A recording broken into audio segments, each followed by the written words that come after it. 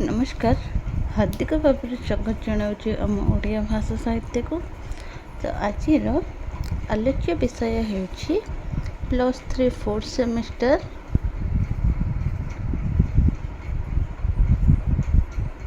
+3 4th semester Odia honours जो आम आलोचना करते कोर 8 यूनिट 4टा कोर 8 यूनिट 4टा आम क्लासटा सारी देते है। तो आज आम आलोचना करवा से यूनिट 4 चैप्टर 1 थी ग्रामपथ, चैप्टर 2 रे थिला कर्ण कविता और चैप्टर 3 रे थिला मृत्यु संपर्क है। ये सब आम तो सारी देते। आज से सबूर सिलेक्शन 1 मार्क 2 मार्क क्वेश्चन कौन रही देखा है। 1 मार्क 2 मार्क क्वेश्चन कौन रही देखा। और जो मैंने भी आम टेलीग्राम चैनल जॉइन करना जाकि यूट्यूब चैनल डिस्क्रिप्शन बॉक्स रे आम टेलीग्राम चैनल लिंक अच्छी जाकि जॉइन करंतु है। तो बेसी देरी न करी चलतु आरंभ करवा।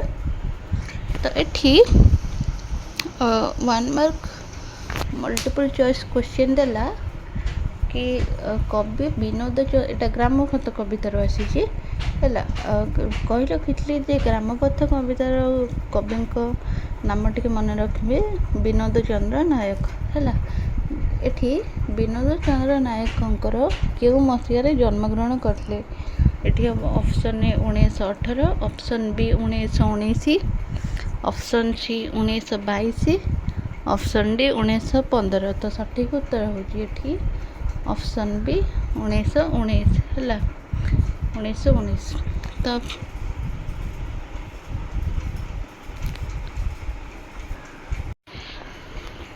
तापर द्वितीय प्रश्न देला क्यों गछर लता माड़ी माड़ी घरे मथा टपी गले। तो यहाँ भी ग्रामपथ कवितार अच्छी।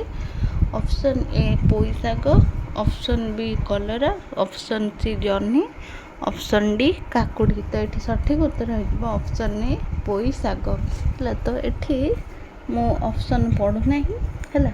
तो ऑप्शन पढ़ले बहुत वीडियोटी लेंथली हो पारे। तो ये मुझे डायरेक्ट क्वेश्चन आंसर कहीदे जो मैंने भी जहाँ को इम्पोर्टेंट लगुव नोट कर रखिए ना भी पॉज कर स्क्रीनशॉट मारिक रखिपारे है। तापर आसले 3 नंबर क्वेश्चन ग्रामबधू सकाल स्नान सारी क्यों पथरे फेरी जाए। तो ये ऑप्शन डी हूँ सठिक उत्तर ग्रामपथ। तापर आसला लेउटा पथ को आकुलतार सहित किए अनाई थाए। तो ये लेउटर पथ को आकुलतार सहित नूतन घरणी, ऑप्शन डी नूतन घरणी अनाई थाए है।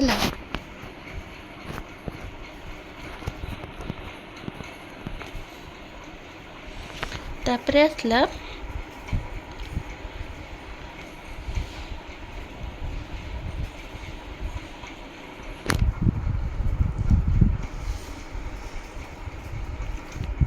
5 नंबर क्वेश्चन अधार लोभी किए। अधार लोभी हूँ काक। तो ये जो मैंने भी आम एक्सप्लेनेशन क्लास देखी ना जा आम टेलीग्राम चैनल प्लेलिस्ट विजिट कर है। तो प्लेलिस्ट जाकि देखिए सबुआर सिलेक्शन क्वेश्चन दे देती लॉन्ग क्वेश्चन सिलेक्शन क्वेश्चन कौन कौन एक्सप्लेनेशन क्लास सब कहीदे कौ गोटा परीक्षा आसला भाया क्वेश्चन है। जो मैंने भी देखी ना जाकि देखूँ है। छाड़ा तापर आसला काक को कौन देले दूर विदेश रे अतिथि अभ्यासगत आसबार संवाद काक प्रदान करे है। तो यहाँ सठिक उत्तर होची ऑप्शन सी चाउल। तापर आसला किए नबानुगता तरुणार वेदना बुझेना। किए नबानुगतार ना ये ऑप्शन सी हूँ ग्रामदेवी है। ऑप्शन सी हूँ ग्रामदेवी। तापर आसला पृथ्वी परी सहनशील किए। पृथ्वी परी सहनशील हूँ ग्रामबधू। कवि क्या वंदना करिसेंती ग्रामपथ कवितार कवि क्या वंदना करिसेंती ना ये ग्रामपथ को ऑप्शन ए। ଅନ୍ୟ ଏକ ଅସରପୀର ରଚୟିତା କିଏ? ଏଠି ମୁଁ କହି ରଖିଥିଲି ଯେ ଆପଣମାନେ ଯେକୌଣସି କବିତା ପଢ଼ନ୍ତୁ ନା କାହିଁକି ସେଇ କବିତାର କବିଙ୍କର କିଛିଟା ତାଙ୍କର ଜନ୍ମ ମସିହା, ଜନ୍ମ ସ୍ଥାନ, ଆଉ ସେ କ'ଣ ସବୁ ରଚନା କରିଥିଲେ ସେସବୁ କିଛି ଟିକେ କହିଦେଇଥିଲେ ବୋଧେ ଏକ୍ସପ୍ଲାନେସନ୍ କ୍ଲାସ୍ରେ। ସେସବୁ ଯେଉଁମାନେ ବି ଶୁଣିଥିବେ କିମ୍ବା ଆମର କ୍ଲାସ୍ ଦେଖୁଥିବେ ସେଇମାନେ ହିଁ ଆମ ଏଇ ଯେଉଁ 1 ମାର୍କ କୋଶ୍ଚିନ୍କୁ ଭଲସେ ଆଟେଣ୍ଡ କରିପାରିବେ ହେଲା।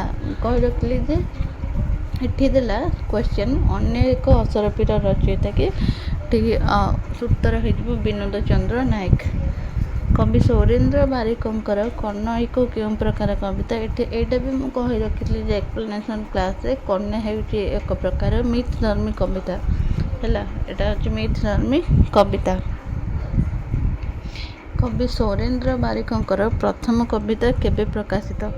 ତ ଏଠି ତାଙ୍କର ପ୍ରଥମ କବିତା ଯେଉଁ ଥିଲା ତାଙ୍କର ଏଇଟା ହେଉଛି 1975। ତ ଏଠି ତୁମମାନଙ୍କ ପାଇଁ ପ୍ରଶ୍ନ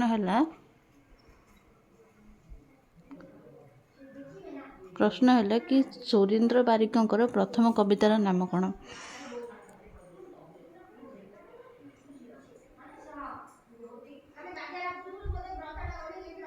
ଏଠି କର୍ଣ୍ଣ କବିତାରେ ସୌରେନ୍ଦ୍ର ବାରିକଙ୍କର ପ୍ରଥମ କବିତାର ନାମ କ'ଣ? ଏଠି ଆପଣମାନେ ଟିକେ କମେଣ୍ଟରେ କହିପାରିବେ ହେଲା। ତାପରେ ଆସିଲା ସୌରେନ୍ଦ୍ର ବାରିକଙ୍କର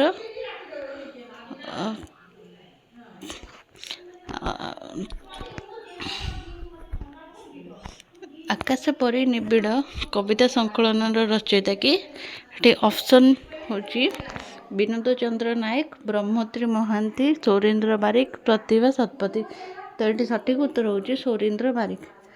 ତାପରେ ଆସିଲା କବି ସୌରେନ୍ଦ୍ର ବାରିକଙ୍କର ଆକାଶ ପରି ନିବିଡ଼ କବିତା ସଂକଳନରେ କେତୋଟି କବିତା ସ୍ଥାନିତ?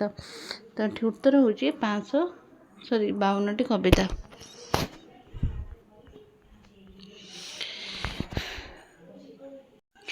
ତାପରେ ଦେଲା ଏଠି ଅନୁଭାରତ କବିତା ଗ୍ରନ୍ଥ କାହାର? ଅନୁଭାରତ କବିତା ଗ୍ରନ୍ଥ ହେଉଛି ସୌରେନ୍ଦ୍ର ବାରିକଙ୍କର।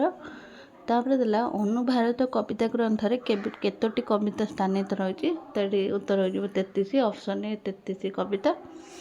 ରାମାୟଣୀ କବିତା ଗ୍ରନ୍ଥର ରଚୟିତା କିଏ? ରାମାୟଣୀ କବିତା ଗ୍ରନ୍ଥର ରଚୟିତା ହେଉଛନ୍ତି ସୌରେନ୍ଦ୍ର ବାରିକ ହେଲା। ସୌରେନ୍ଦ୍ର ବାରିକ।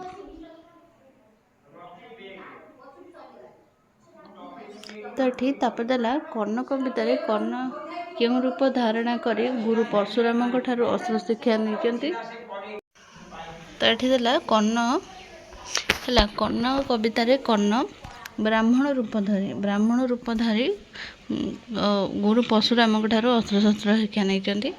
ତାପରେ ଦେଲା କର୍ଣ୍ଣର କବଚ କୁଣ୍ଡଳ କିଏ କାଢ଼ି ନେଇଥିଲେ? କର୍ଣ୍ଣର କବଚ କୁଣ୍ଡଳ ଇନ୍ଦ୍ର କାଢ଼ି ନେଇଥିଲେ। ଦେବରାଜ କିଏ? ଦେବରାଜ ହେଉଛି ଇନ୍ଦ୍ର। ତାପରେ ଦେଲା ଦେବରାଜଙ୍କ ଇନ୍ଦ୍ର କାହାକୁ ବଞ୍ଚାଇବା ପାଇଁ କର୍ଣ୍ଣର କବଚ କୁଣ୍ଡଳ କାଢ଼ି ନେଇଥିଲେ? ତ ଏଠି ଦେବରାଜ ଇନ୍ଦ୍ର ଅର୍ଜୁନଙ୍କୁ ବଞ୍ଚାଇବା ପାଇଁ କର୍ଣ୍ଣର କବଚ କୁଣ୍ଡଳ କାଢ଼ି ନେଇଥିଲେ। ତାପରେ ଦେଲା କବିୟତ୍ରୀ ବ୍ରହ୍ମତ୍ରୀ ମହାନ୍ତି କେବେ ଜନ୍ମଗ୍ରହଣ କରିଥିଲେ? ତ କବିୟତ୍ରୀ ବ୍ରହ୍ମତ୍ରୀ ମହାନ୍ତି 1934 ମସିହା। ତାପରେ ଦେଲା ଦୃଷ୍ଟିର ଦ୍ୟୁତି କବିତା ଗ୍ରନ୍ଥର ରଚୟିତା କିଏ? ଦୃଷ୍ଟିର ଦ୍ୟୁତି କବିତା ଗ୍ରନ୍ଥର ରଚୟିତା ହେଉଛନ୍ତି ବ୍ରହ୍ମତ୍ରୀ ମହାନ୍ତି। Option D Brahmatri Mohanty. ତାପରେ ଦେଲା ନିମ୍ନଲିଖିତ ମଧ୍ୟରୁ କେଉଁଟି ବ୍ରହ୍ମତ୍ରୀ ମହାନ୍ତିଙ୍କର ରଚନା ଅଟେ? ତ ଏଠି ଅପସନ୍ ବି ଅବତରଣା। ଶ୍ଵେତଶ୍ରେଣୀ କବିତା ଗ୍ରନ୍ଥର ରଚୟିତା କିଏ? ଶ୍ଵେତଶ୍ରେଣୀ କବିତା ଗ୍ରନ୍ଥର ରଚୟିତା ହେଉଛନ୍ତି ବ୍ରହ୍ମତ୍ରୀ ମହାନ୍ତି। Option D.